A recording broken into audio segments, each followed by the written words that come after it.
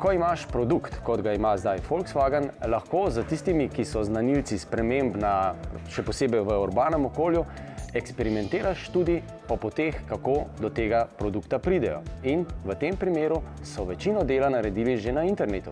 In tako so pri modelu ID.3, prav v slogu Tesle, kjer se je dalo rezervirati kar prek spleta oziroma si dal nekaj denarja za stvar, ki je praktično še nisi videl oziroma še ni bila izdelana, odločili tudi pri koncernu.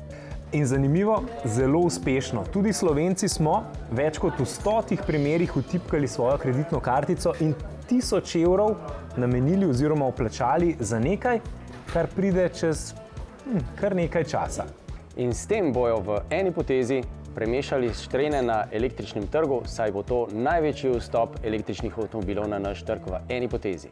Električno vozilo, ki je bilo lani najbolj prodajno, je imelo prodajno številko preko 100 in mi smo rekli, če nam uspe preseči to številko, potem je to seveda fantastično. Lansko leto je bilo že 555 čisto električnih vozil in mislim, da bo ta številka kmalu v tem letu že dosežena, tako da v letošnjem letu že računamo lahko na nekaj 1000 ali tudi več električnih vozil. In nekje smo mnenja, da do leta 2025 da bo nekje v Sloveniji že 8000 prodanih električnih vozil na leto.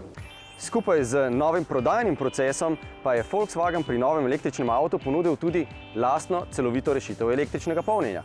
No, predstavljajte si pri klasičnih avtomobilih, da bi v salonu kupili zraven tudi bencinsko pumpo. No, pri električnih dejansko kupite tudi hišno polnilnico in pa seveda early adopters imajo radi tudi takšne električne igrače, kot so skiroji in podobne zadeve, ki bodo od zdaj naprej na voljo tudi v avtomobilskih salonih. In zanimivo, 40% polnjenja naredimo doma in 40% na delovnem mestu.